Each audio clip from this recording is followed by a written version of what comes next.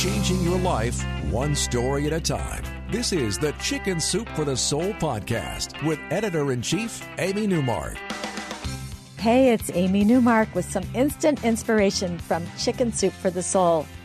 It's Labor Day, and it really feels like the start of a new year, right? Even if you don't have kids in school and your life doesn't revolve around the school year, there's something about Labor Day that makes it feel like a time we can start fresh.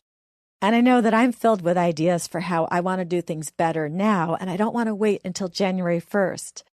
So last year at this time, we published a book that I co-authored with Deborah Norville called Chicken Soup for the Soul, The Power of Gratitude.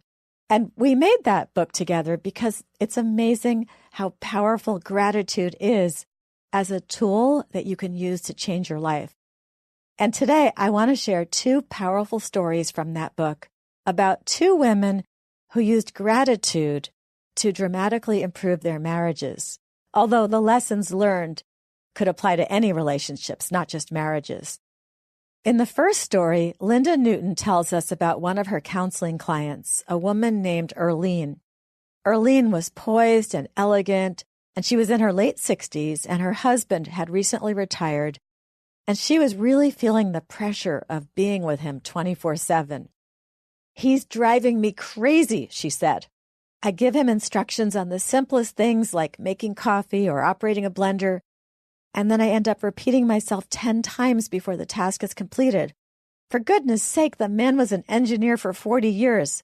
Have I spoiled him so badly that I've made him helpless?" The truth is, no matter how much you love a guy, it's not easy to be around him all the time. So Linda suggested to Earlene that she do two things. The first was to write a list of everything she loved and valued about her husband. And the second was to persuade her husband to see a doctor, just to make sure there was nothing wrong with him. 2 weeks later, Earlene returned with a lengthy list of her husband's wonderful attributes. He was a good father and grandfather. He was an excellent provider. He was funny and faithful and protective. The list went on and on. And as she finished reading her very long list to Linda, she said, "I really have to thank you. Your gratitude exercise has changed the way I look at things. It made me realize what a great man I'm married to, even if he does drive me crazy at times." So Linda said to her, just keep reading that list to yourself and also add more stuff onto the list.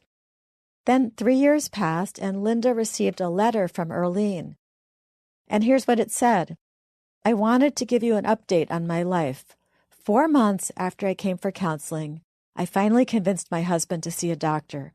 The doctor discovered he had a brain tumor and he died 5 months later." Earlene said she was so grateful she had made that list. It caused her to treat her husband differently and to focus on everything that was good about him. She said, "I shudder to think of what would have happened had I not come to see you. I would have grumbled and groused until it was too late to show him how thankful I was to be his wife.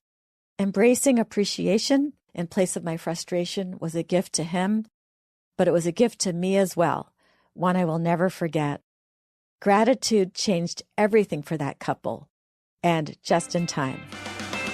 The Chicken Soup for the Soul podcast continues straight ahead. Chicken Soup for the Soul celebrates your pets and the power of the human-animal bond. I'm Robin Ganzert, CEO of American Humane and host of the new podcast from Chicken Soup for the Soul, Loving Animals. Every week, I'm joined by celebrities and other special guests who share a passion for spreading care, hope, and compassion for the world's unique species. You'll hear inspiring stories of animal rescue and rehab, plus the latest trends in animal welfare. Chicken Soup for the Soul presents Loving Animals with me, Robin Ganzert. Available on Apple Podcast, Google Play, or anywhere you download your favorite podcast. Welcome back. Now, Kathleen Bazzi figured out how to appreciate her marriage using gratitude as well. She says that she was always seeing that her friends and relatives had fancier lives than she had. They would be posting European vacation photos on Facebook, or they would be getting a home theater system delivered, or they would be equipping their kids with the latest in video game technology. And meanwhile, Kathleen and her family were living in a house that was furnished mostly with freebies, and her kids were wearing hand-me-down clothing, and they never ate out, even on days when the kids were rushing around after school. And one day, Kathleen's mother-in-law was visiting, and Kathleen confessed to her how she was feeling. She said, "I feel so resentful sometimes. I know we're doing the right thing, living frugally, saving money, but it feels so hard. There are so many things I'd like to have, so many things I'd like to do, and we just can't." And Kathleen's mother-in-law said, "You know, when you compare yourself to others, it's easy to focus on what you don't have. But there's one thing you two do have that we don't see too much in other married couples.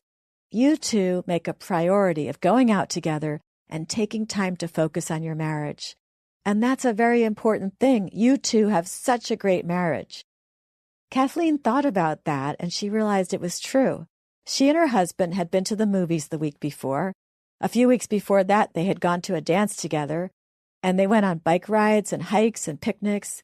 These things didn't cost much, but they made for a very rich marriage, something most of her friends didn't have. Most of all, Kathleen thought of how happy they were together, even after 20 years. How many people can say that? So she started looking around with new eyes. That used furniture in her home had come from their grandmothers. The fact that they didn't go out to eat meant that they were eating Kathleen's good, healthy cooking every night together as a family. And she concludes her story by writing, "Even without the big TV and the European vacations and the new wardrobe every season, we are, well, happy.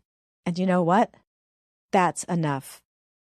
Thanks for listening today. If you want to learn more about this book, Chicken Soup for the Soul, The Power of Gratitude, visit our website, chickensoup.com, and click on the podcasts button. You'll see all the books that are featured on this week's podcast, and you can click on their covers and even read some great tips drawn from the books. Come back for the next episode of the Chicken Soup for the Soul podcast on Wednesday. I'm going to share a couple of stories with you about religious tolerance in America, and I think these stories will make you feel great. They're from our new book, Chicken Soup for the Soul, My Kind of America, with the emphasis on kind and America.